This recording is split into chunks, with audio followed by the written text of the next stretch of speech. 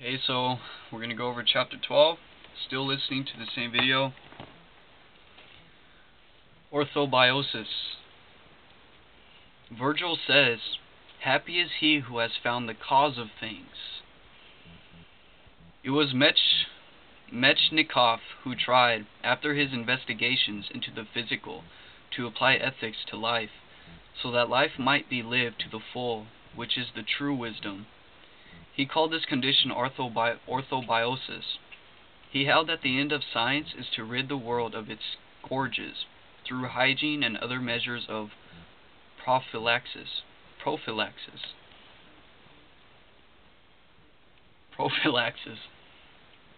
We're learning every day.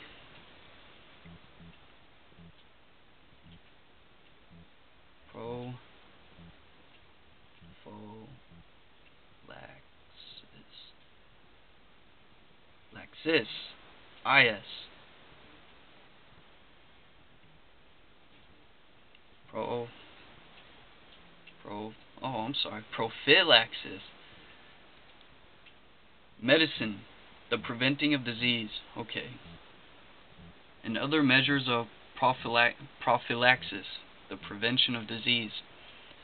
Our manner of life, says M. Metchnikoff, transcribing her husband's idea, will have to be modified and directed according to rational and scientific date if we are to run through the normal cycle of life, orthobiosis. The pursuit of that goal will ever influence the basis of morals. Orthobiosis cannot be accessible to all until knowledge, rectitude, and solidarity increases among men, and until social conditions are kinder. Orthobiosis is what we are working towards. Me and you, together.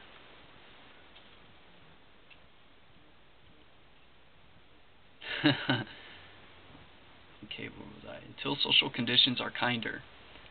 Like all faculties, faith has a center through which it functions, the pineal gland, or the pineal gland.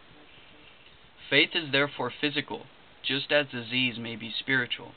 Spirit and body are but parts of a glorious whole. The cure of disease requires to use the cosmic force, and who shall say that that force, whether we call it God, nature, oversoul, Brahma, vis medicatrix, natura, prana, logos, divine will, does not manifest itself through material means as well as spiritual? Okay, that was a question. I should probably read that again to make it sound better. The cure of disease requires the use of cosmic force. Cosmic force, intelligence, cosmic energy, from which all things have proceeded. And who shall say that that force, whether we call it God, nature, oversoul, Brahma, vis medicatrix, natura, prana, logos, divine will, does not manifest itself through material means as well as spiritual? It manifests itself through material means as well as spiritual. Plato, Dr. Butler tells us, said that man is a plant rooted in heaven, and we agree to this, that he is also rooted in the earth. Wow. Taught the Atlantean, an Egyptian priest king. He was known as hold the secrets of the universe, of all the cycles before him, and the key holder to all the cycles after him as well. Taught the Atlantean, he said it himself, that man is a star bound to a body, a fire living inside of the earth. Just as the earth has its core, so too we have our core of burning fire. It is our spirit. In fact, man may be said to have two origins, one earthly and physical, the other spiritual, though the former originates in the latter, so that ultimately the origin is one. Man is an organism. De Quincey defines an organism as a group of parts which act upon the whole in turn acting upon all parts. This is simple and true. It is paradoxical that mind, though a principle... Okay, this is a quote.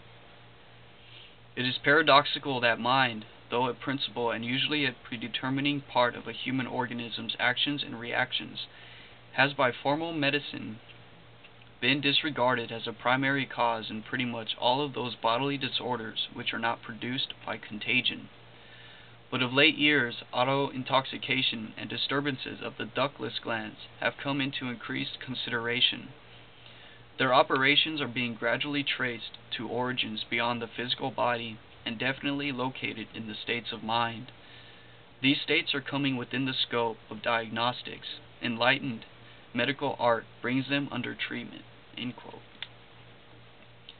Recognition of the influence of mind upon the body was recognized even of old, as far back as Hippocrates, and probably anterior to him. Mondeville, in the 14th century, approved to the custom of reciting certain verses of the Psalms when taking medicine, nor was he averse to pilgrimages undertaken in search of health. He held that no harm could be done, while the potentialities of good were great. The value of the physical existence in going on a pilgrimage, usually on foot, with most of the time spent in the open air, need scarcely be pointed out. Many a cure of lethargy and obesity in the Middle Ages and after owed its efficacy to the instances of famous physicians that the patients, no matter how wealthy or high-born, were to come from their dwellings on foot, in all humility, refusing to extend treatment otherwise. Ignatius, Ignatius,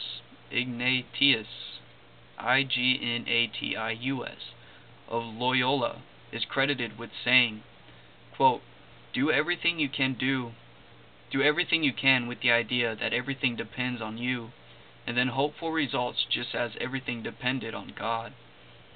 It will be found that the sanest, most Catholic and liberal exponents of each school of healing generously admit the value of other schools and the limitations of their own. The responsible healer of the future, who truly respects his honorable calling, will employ all beneficial, constructive agencies at the disposal of science. Thus we have an eminent occultist saying, quote, In cases of misplacement, dislocation, or broken bones, the quickest way to obtain relief is to send for a competent physician or anatomist, and have an adjustment made in the injured member or organ. In cases of distributions of blood vessels or muscles, a surgeon's aid should be immediately sought, not because mind is unable to cure any or all of these cases, but because of the fact that at the present time, even among educated people, mind is many times impotent through misuse or non-use. Mental treatment should follow these physical treatments in order to obviate unnecessary suffering and to obtain rapid recovery. End quote. We cannot do better than to quote Sir William Osler, B.T., M.D., F.R.S.X. Quote, The salvation of science lies in a recognition of a new philosophy, the scientiarum, of which Plato speaks. Now when all these studies reach the point of intercommunion and connection with one another and come to the consideration in their mutual affinities, then, I think, and not till then, will the pursuit of them have a value, the old humanities and the new science. End quote. Scientists assume that there is one substance only, and therefore their deduced science is the science of that substance, and none other, and yet they are confronted with the fact that their one substance is differentiated, and that when they come to the finest degree thereof, as for instance bioplasm, we are brought face to face with the operation of higher laws than they are familiar with or can adequately explain. Many scientists, however, with a broader view, are beginning to glimpse at a fourth dimension, and recognize the fact that there may be degrees of matter which are utterly beyond their chemical tests and microscopic lens. But a new day is dawning. The telephone, the telegraph, and the wireless are now coming into general use, and it is now possible to make use of every avenue of information and knowledge. It is therefore but a question of time when the sick will have the benefit of all that is known in the art of healing. The physician frequently loses his patient because he refuses to recognize the spiritual nature of the patient, and that because of his spiritual nature there are certain fundamental laws governing in the spiritual world. Wow. The physician frequently loses his patient because he refuses to recognize the spiritual